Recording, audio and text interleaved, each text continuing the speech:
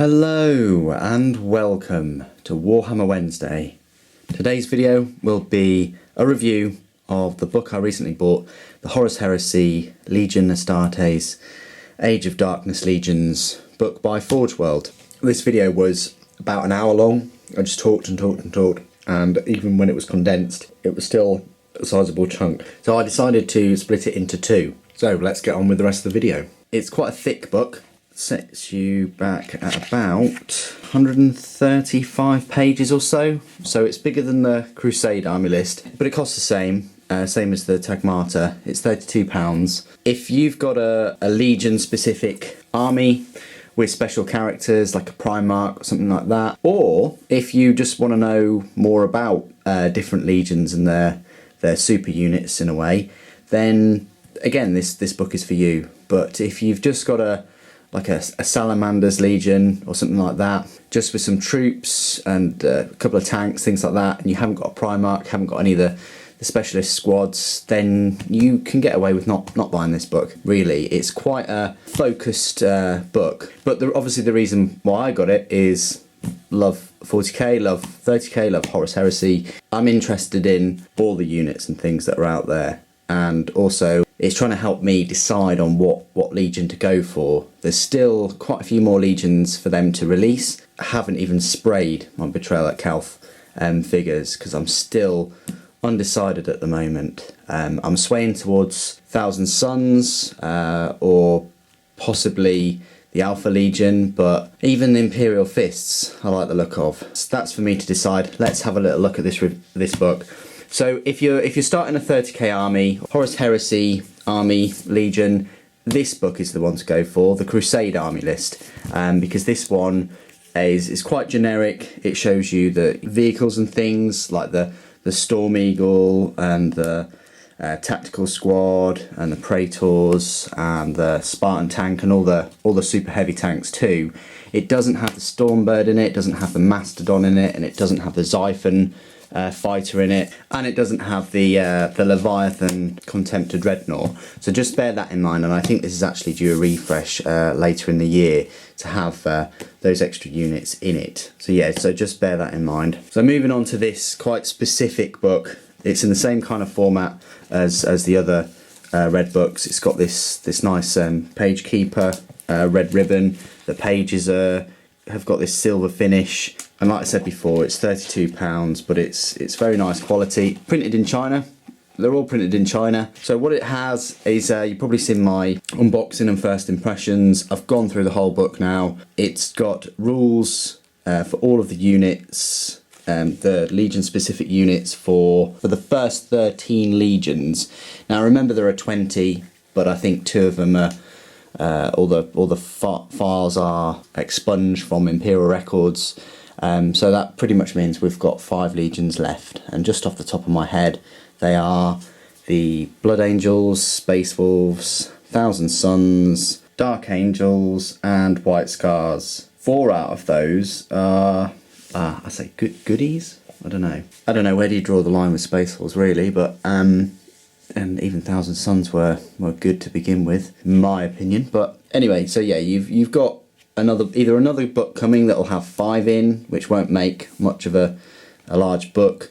My personal opinion is that with those extra 5 Legions, it might take 2 years for all of their models and things to come out, and may even take 3 years. So in that time, they'll probably release another book that will have all 18 in, if that helps at all. So the Legions that this book does has the Emperor's Children, Iron Warriors, Imperial Fists, Night Lords, Iron Hands, World Eaters, Ultramarines, the Death Guard, Sons of Horus, Word Bearers, the Salamanders, Raven Guard and Alpha Legion.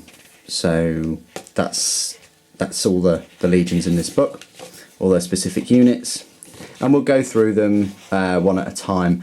I won't go too much into all of their specific war gear and their Rites of War. So we start off with Emperor's Children, and we have the specific units in war gear. So we have something like the Phoenix Power Spear, which obviously the Phoenix Terminators have. It just gives you some rules and some extra bits of information. Then we have the Rites of War for them.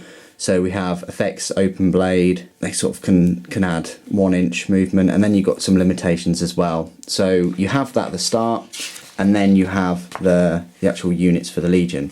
So you've got the Phoenix Terminator squad here, 265 points. It talks about the Phoenix Spear a little bit more here. Then you've got Palatine Blade squad. I mean, the Phoenix Terminators, they do have a weapon skill of 5, but they've got pretty much the same as normal Terminators. It's the 2+ save. They've got the Tartarus Terminator armour, and if you look at the models, they do look really, really nice. I was actually tempted to get a set just for my chapter's command squad, but I couldn't think of how I could work in the Phoenix Power Spear with them. And they've got these Sonic Shriekers, which kind of like affect the opponent's weapon skill, I believe. Then you've got the Palatine Blade squad, 135 points, same weapon skill 5, pretty much standard kind of Space Marine stuff, but they can have the Phoenix Power Spear again, or the Power Sword, or Power Lance. You can put the Phoenix Terminators in a Spartan if they've got 10 of them. Then you've got a special character here, Rylanor the Unyielding, which is basically a Contemptor Dreadnought for the Emperor's Children. He's got crazy weapon skill of 6. His strength's only 7, but he's got Mantle of Glory and he's got Venerable, which changes things up a bit. Then he's got the Cacophony of the Emperor's Children, which basically these Space Marines that have this Sonic Shrieker basically have this weapon called the Cacophony, which is basically the experimental and unique psychosonic weapons, fusion of Imperial and alien technology with the whispered secrets of nightmare intelligences from beyond. It's basically, they get hot, they're 2 shots, range 36, strength 6, but it's only AP 5, so it's good strength, but it's got this biopsychic shock kind of thing. They have to take leadership, and how many wounds they take, their leadership is reduced by that, and then if the leadership is failed, then they suffer up to 6 wounds on D6, at AP2 instant death with no cover saves. So it's pretty horrific, and they're quite cheap. But you get 4 Cora and 1 Orchestrator, which is pretty cool. Then you've got Lord Commander Edele, 185 points. Yeah, he's got 3 wounds, initiative 5, attacks 4. He's quite beasty, really. He's got this Thunderous Charge, he's got the Death Scream, and he's got Warlord's Pride. This is quite a good choice. Then you've got Captain Saul Tarvitz, again 3 wounds, weapon skill 6. He's got this ridiculous broadsword thing though. It's basically he's mastered it, and it gives him strength 5, AP 5, which is a bit odd.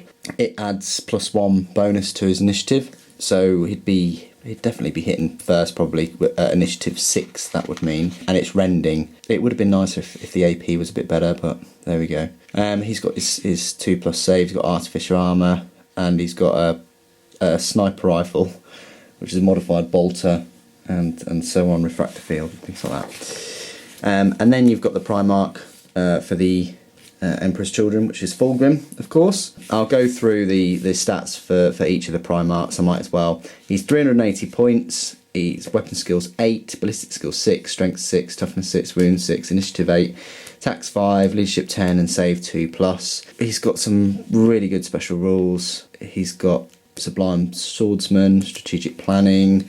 He's got Sire of the Emperor's Children. He must always issue challenges in combat, so long as the person's got weapon skill 5. Then he's got that Blade of the Lair, which is AP 2, and obviously it'd be strength 6, and that's rending as well. He's got a normal 2+ armour save and a 5+ invulnerable, but then his 5+ invulnerable, it changes to a 3+ in assault, and so on. So yeah, pretty decent Primarch there. Then you've got the Iron Warriors, so you've got all of the special rules and things for them, their Rites of War and their war gear.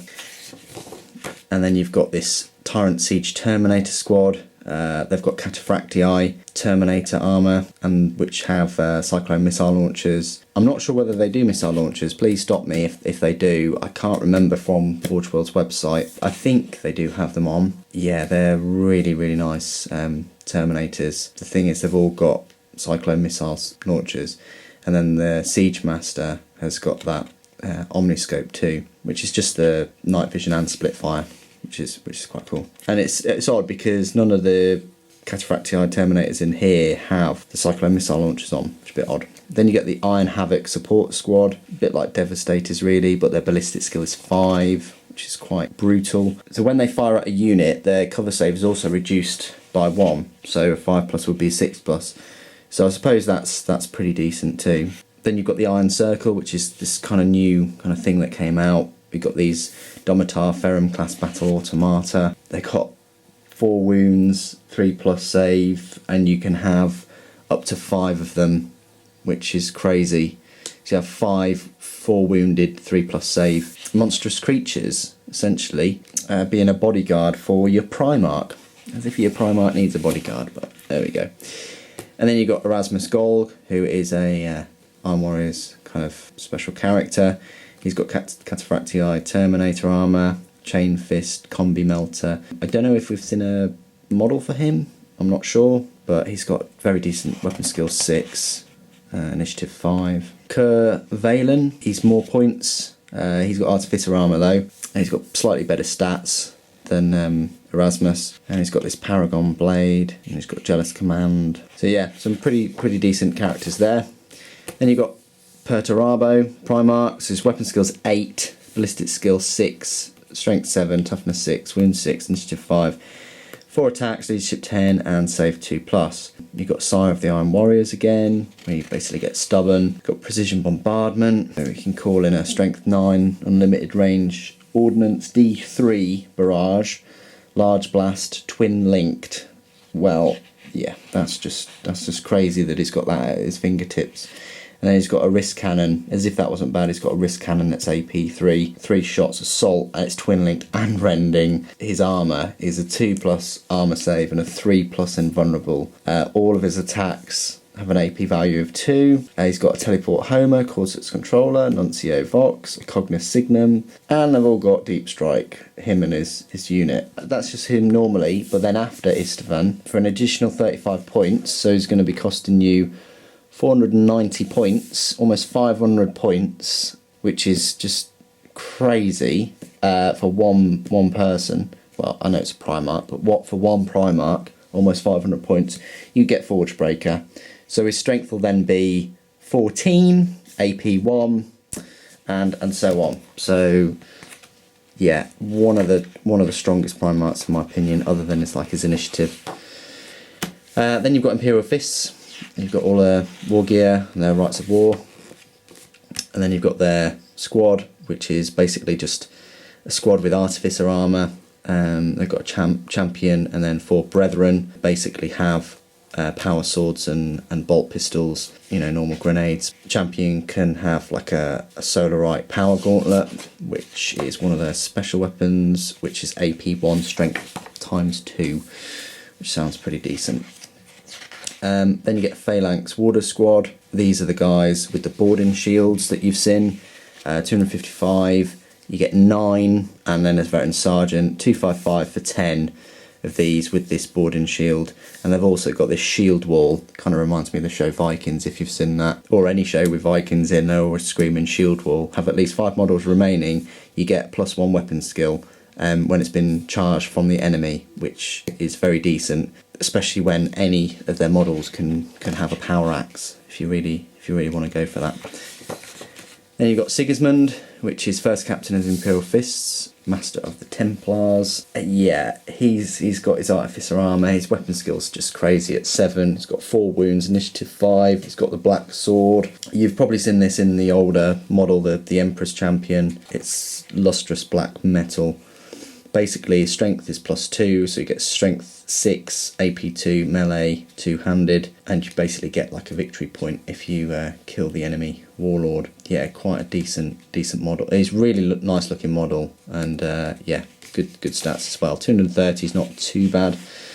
Alexis Pollux, yeah, he's alright. He can lower his attacks to 1, but then basically he ignores Unwieldy for his Power Fist. But that means that you can still get 2 attacks on the charge. But yeah, he's got this mastercrafted Power Fist and a Vigil Pattern Storm Shield. I don't know if we've seen a model for him.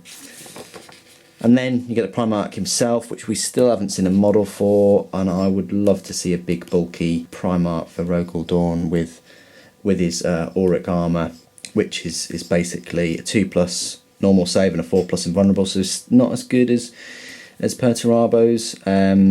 However, no attack may wound Rogue Dawn on better than a 3+, regardless of its strength or special rules.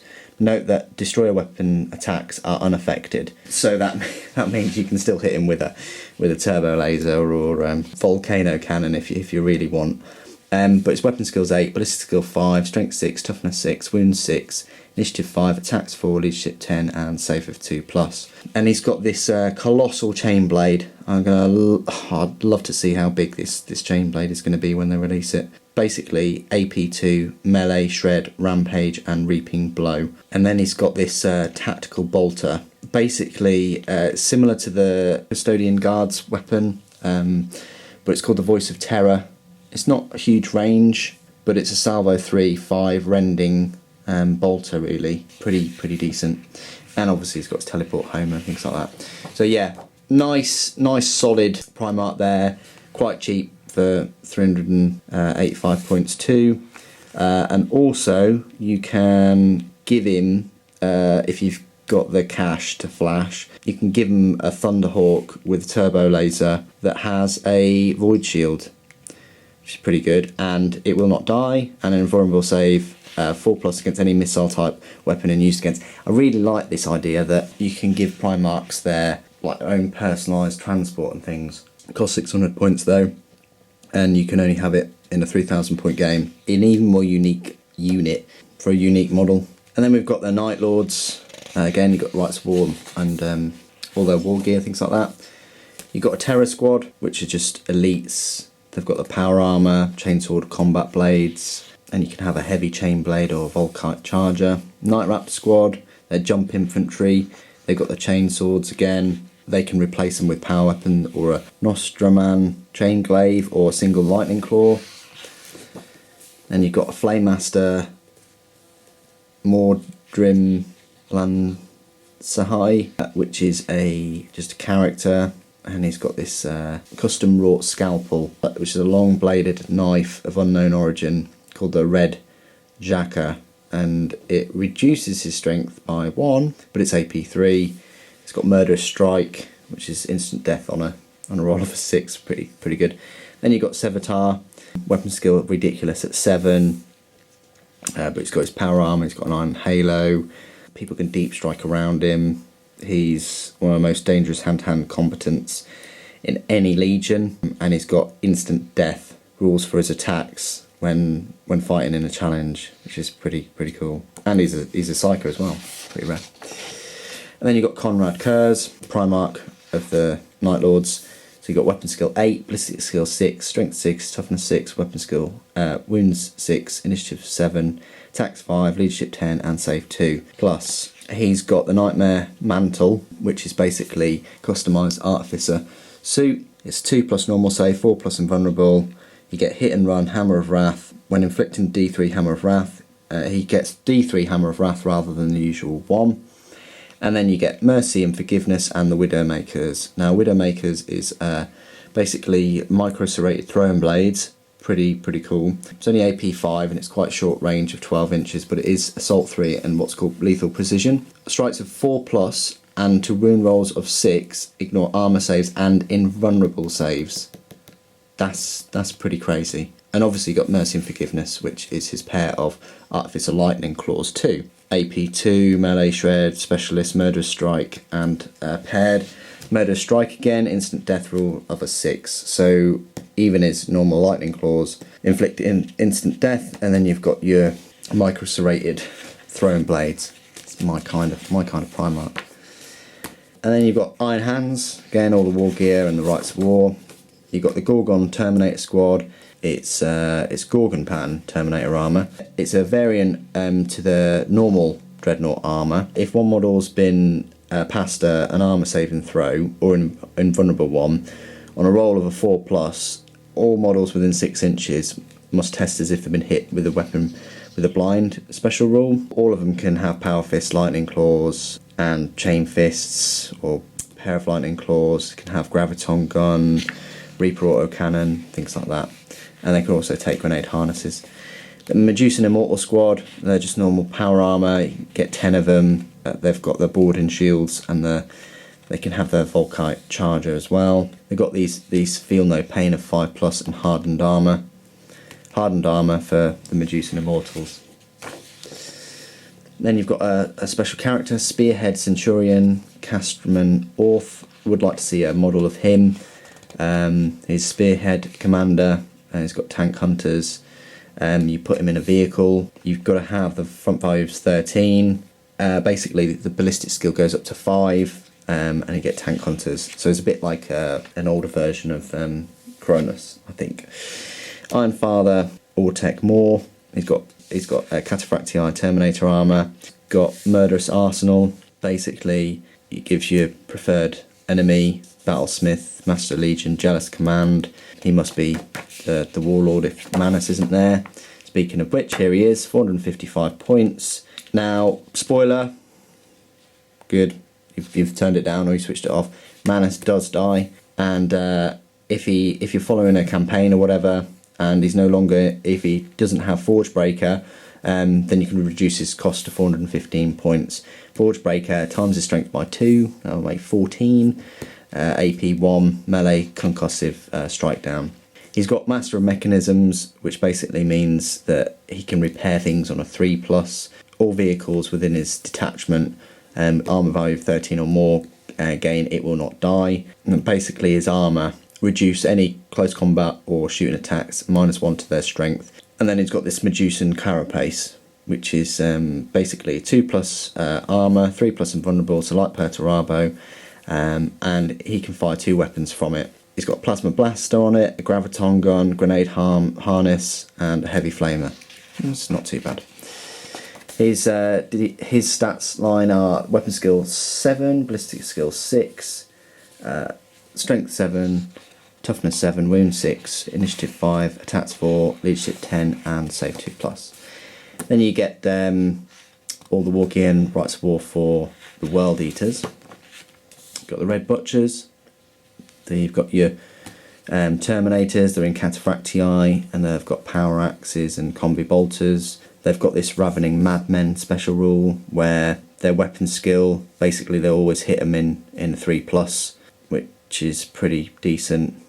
And Unstoppable Charge, they re-roll their charge rolls. Rampager squads, they're in the normal power armour, and they've got their bolt axe and chain axes as well, different options and things for them.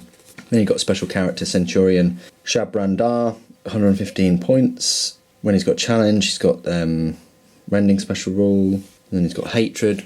Then you've got Khan the Bloody, basically before Khan was Khan the Betrayer.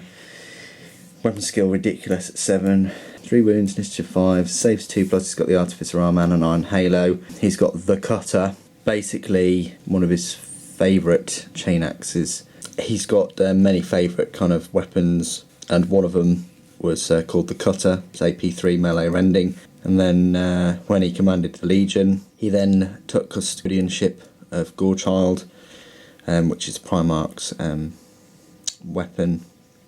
As you may know, you just exchange the Cutter for Gorechild, which is better AP, gives him +1 strength. It also gives him Armour Bane, Murderous Strike, and Specialist Weapon as well. And then you have Angrom, which again, like I said in the unboxing, I wish they'd done a picture of him, like a hand-drawn picture like the others, because he's kind of dwarfed by this big picture of the Revan. We've seen about 1,000 of them, and the Contemptor as well.